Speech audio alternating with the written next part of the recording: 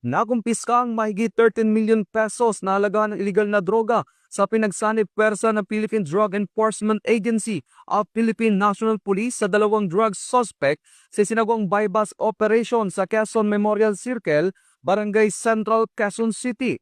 Kinilala ng mga otoridad ang mga naarestong suspect na si alias JP, 44 anyos at alias Kimi, 22 anyos. Nakuha sa mga suspect ang nasa 2 kilo ng ninalang shabu na nagkakahalaga ng 13,600,000 pesos. Isang sasakyan, 2 cellphone na gamit ng suspect sa pakikipagtransaksyon.